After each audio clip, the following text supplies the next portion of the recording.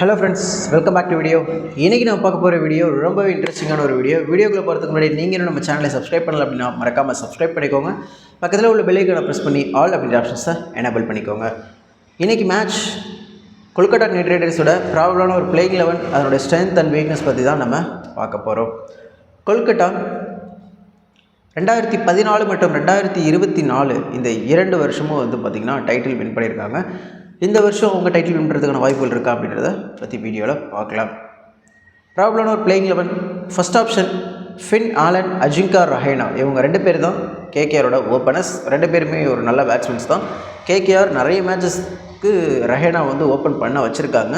So அதே மாதிரி again அவர் open பண்ணுறாரு வித் கேப்டனும் கூட. ஃபின் ஆலன் சொல்லவே தேவையில்ல, ரீசெண்டாக நல்ல ஃபார்மில் இருக்கார், நிறைய எபிலிட்டிஸ் அவர்கிட்ட இருக்குது. ஸோ கண்டிப்பாக கொல்கத்தா நைட் ரைடர்ஸில் ஓப்பனிங் நல்லாவே இந்த வருஷம் அமையறதுக்கான வாய்ப்புகள் இருக்குது. 1 டவுன் அங்கீஷ் ரகுவன்ஷி அவர் தான் ப்ளே பண்ணுறதுக்கான வாய்ப்புகள் இருக்குது. ஸோ நம்பர் 3 அங்கீஷ் ரகுவன்ஷி வராரு அப்படின்னா நம்பர் 4 கேமரான் கிரீன் வர்றதுக்கான வாய்ப்புகள் நிறையவே இருக்குது. நல்ல ஒரு சாய்ஸாக இருப்பார். ஆல்ரவுண்டர் கண்டிப்பாக அந்த ஸ்லாட்டை ஃபில் பண்ணுவார். Number 5 Rinku Singh, number 6 Rovman Powell, number 7 Ramandeep Singh. Options of Russell number 6 Rovman Powell வர்றதுக்கான வாய்ப்புகள் தான் இருக்குது.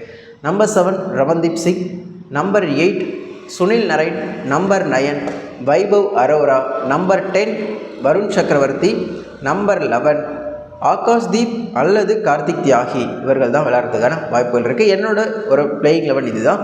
ஸோ உங்களோட பிளேயிங் 11 மறக்காமல் கமெண்ட் செக்ஷனில் லீவ் பண்ணுங்கள். ஸோ இந்த இடத்துல நான் ரோமன் பவலை இன்க்ளூட் பண்ணியிருக்கேன். பட் நிறைய பேர் முசரபானி வரதுக்கு வாய்ப்பு இருக்கு இல்லையா அப்படின்னு சொல்லி கமெண்ட் பண்ணலாம்.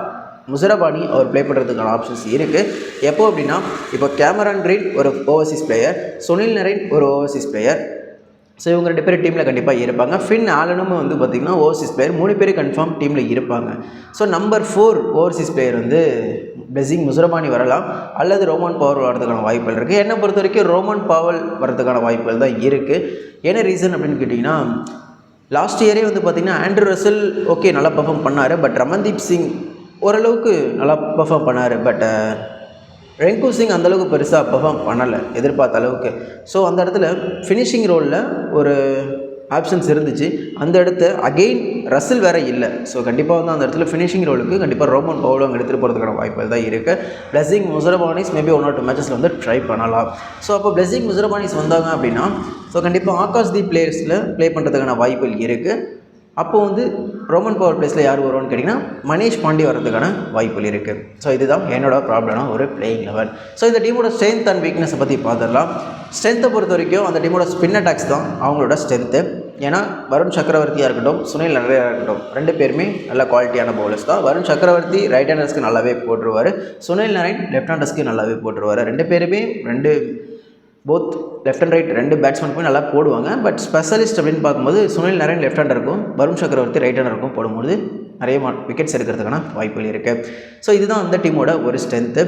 லாஸ்ட் இயர் பார்த்தீங்கன்னா பேஸ் பவுலிங் அட்டாக் நல்லாவே இருந்துச்சு. பட் இந்த வருஷம் வீக்னஸ்ன்னு பார்த்தீங்கன்னா ஃபாஸ்ட் பவுலிங் அட்டாக் அவங்களோட வீக்னஸாக நான் பார்க்குறேன். என்ன ரீசன் அப்படின்னா, இப்போ ஸ்ட்ரென்த்துன்னு பார்க்கும்போது அவங்களோட ஸ்பின் அட்டாக் ரொம்பவே நல்லா ஸ்ட்ரென்த்தாக இருக்குது. ஸோ அதே அளவுக்கு பேஸ் பவுலிங் அட்டாக் யூனிட்டும் இருந்துச்சு. ஏன்னா மதிஷா பத்திரனா, ஹர்ஷித் ராணா இவங்களாம் இருக்கும் பொழுது பேஸ் பவுலிங் அட்டாக் ஸ்ட்ராங்காக இருந்துச்சு. பட் அவங்க 2 பேருமே விளையாட மாட்டாங்க அப்படிங்கும் பொழுது அந்த இடத்துல ஃபில் பண்ணுறதுக்கு வைபவ் அரோரா அண்ட் ஆகாஷ்தீப் மற்றும் கார்த்திக் தியாகி அந்த மாதிரி பிளேயர்ஸ் தான் ஃபில் பண்ணுவாங்க. ஸோ அவங்களும் நல்ல பிளேயர்ஸ் தான். பட் ஆனால் ஹர்ஷித் ராணா அளவுக்கு பெர்ஃபார்ம் பண்ண முடியுமா அப்படின்னா ஸ்லைட்லி டவுட் தான். ஏன்னா ஹர்ஷித் ராணா T20 கூட பார்த்திங்கன்னா 1 or 2 கேம்ஸ் நல்லாவே ஸ்கோர் பண்ணுறாரு. லைக் 1 6 or 2 4 இந்த மாதிரி ஸ்கோர் பண்ண முடியுது. At the same time wicket taking பவுலரும் கூட. மதிஷா பத்திரனா ஸ்டார்டிங்கில் நல்லா விக்கெட்ஸ் எடுத்துகிட்டு இருந்தார் over the years. But last 2 இயர்ஸில் அதிகமான ரன்களை கொடுத்தாலும் விக்கெட்ஸ்களை எடுக்கிறாரு அப்படிங்கும்போது விக்கெட் டேக்கிங் பவுலர். பட் அதே அளவுக்கு வைபவ் அரோரா அண்ட் கார்த்திக் தியாகியால் ப்ளே பண்ண முடியுமானா நல்ல பிளேயர்ஸ் தான். பட் அவங்க அளவுக்கு ப்ளே பண்ணுறதுக்கான வாய்ப்புகள் இல்லை அப்படின்றது ஒரு வீக்னஸாக நான் பார்க்குறேன். ஸோ ஸ்ட்ரென்த்துன்னு பார்க்கும்போது அவங்களோட ஸ்பின் அட்டாக் அவங்களோட ஸ்ட்ரென்த்து, அண்ட் வீக்னஸ்ன்னு பார்க்கும்போது அவங்களோட ஃபாஸ்ட் பவுலிங் யூனிட் அவங்களோட வீக்னஸ். இதில் இன்னொரு வீக்னஸும் இருக்குது. என்னென்னு பார்த்தீங்கன்னா அந்த ஹிட்டிங் எபிலிட்டி உள்ள பிளேயர்ஸ். லாஸ்ட் சீசன் பார்த்தீங்கன்னா ஆண்ட்ரூ ரசல் நல்லாவே ப்ளே பண்ணியிருந்தார். பட் ஆண்ட்ரூ ரசலுக்கு அப்புறம் வர ரமன்தீப் சிங்காக இருக்கட்டும், ரிங்கு சிங்காக இருக்கட்டும், 2 பேருமே ஒரு லாஸ்ட் 2 இயர்ஸாகவே வந்து சரியான முறையில் பெர்ஃபார்ம் பண்ணலை அப்படின்றதா உண்மை. ரிங்கு சிங் என்ன தான் வந்து அவர் லாஸ்ட்டில் நல்லா ப்ளே பண்ணியிருந்தாலும் அந்த லாஸ்ட் ஓவரில் ஃபினிஷிங் பண்ணதுனால தான் அடுத்தடுத்த சீசனில் நிறைய மேட்சஸ்க்கு வந்து அவர் வாய்ப்பு கொடுத்தாங்க. ஈவன் தோ இந்தியன் டீமில் எடுத்ததுக்கான ரீசனும் அதுதான். பட் அதுக்கப்புறம் நடந்த ஒரு 2 இயர்ஸில் அந்தளவுக்கு பெட்டர் பர்ஃபார்மன்ஸ் அவர் கொடுக்கல. 1 or 2 கேம்ஸ் விளையாண்டுருக்கலாம். பட் எதிர்பார்த்த அளவுக்கு ரமன்தீப் சிங்காக இருக்கட்டும் அண்ட் ரிங்கு சிங்காக 2 பேருமே பர்ஃபார்மன்ஸை கொடுக்கல அப்படின்றது தான் உண்மை. ஸோ அதே மாதிரியே ரசல் நல்லா பர்ஃபார்ம் பண்ணார். பட் இப்போ ரசலுமே இல்லை அப்படிங்கும்பொழுது அந்த இடத்துல ஒரு இன்எக்ஸ்பீரியன்ஸ் தெரியுது. ஏன்னா ரமன்தீப் அண்ட் ரிங்கு 2 பேருமே லாஸ்ட் சீசன் நல்லா பண்ணலை. ரிங்குவை கம்பேர் பண்ணும்போது ரமன்தீப் லாஸ்ட் சீசன் நல்லாவே பெர்ஃபார்ம் பண்ணியிருந்தார். பட் இப்போ வந்து அவங்க 2 பேரும் இருக்கிறது அந்த டீமுக்கு நல்ல ரன் ஸ்கோர் பண்ண முடியுமான்னு கேட்டிங்கன்னா கிடையாது. ஏன்னா ஆண்ட்ரூ ரசல் இல்லை அப்படிங்கும்போது அந்த இடத்துல ரோமன் பவுல் விளையாண்டா மேபி அவங்களுக்கு இன்னும் கொஞ்சம் கூடுதல் கான்ட்ரிபியூஷன்ஸ் இருக்கும். அதனால் நான் ரோமன் பவுல் விளையாண்டா பெட்டராக இருக்குன்ற மாதிரி நான் சொல்கிறேன். பட் ரோமன் பவுலுமே ஐபிஎல் அந்தளவுக்கு பெரிய பர்ஃபார்மன்ஸை கொடுக்கல. ஸோ அந்த டீமோட ஃபினிஷிங் ரோல்ஸ் கொஞ்சம் இன்எக்ஸ்பீரியன்ஸாக தெரிகிற மாதிரி தான் நான் பார்க்குறேன்.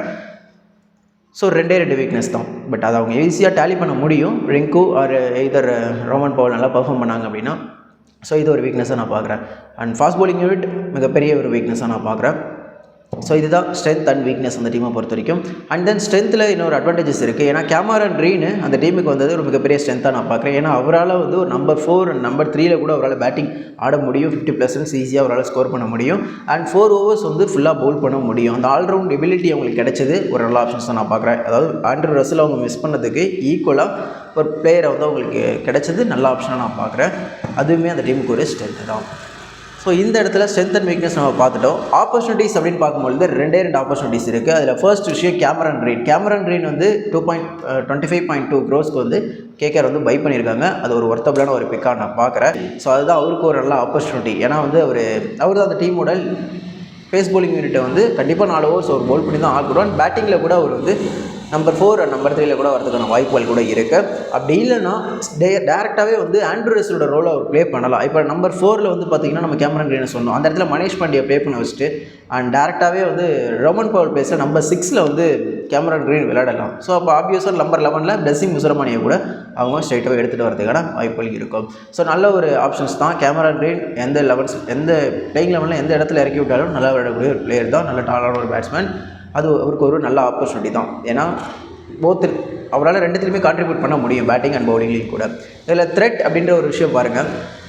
த்ரெட்டுன்றது வந்து பார்த்திங்கன்னா ஸ்பின் அட்டாக் தான். எப்படி வந்து நம்ம ஸ்ட்ரென்த்தை வந்து ஸ்பின் அட்டாக் சொன்னோமோ அதே மாதிரி தான் த்ரெட்டு வந்து பார்த்திங்கன்னா கேகேஆரோட ஸ்பின் அட்டாக்ஸ் தான்.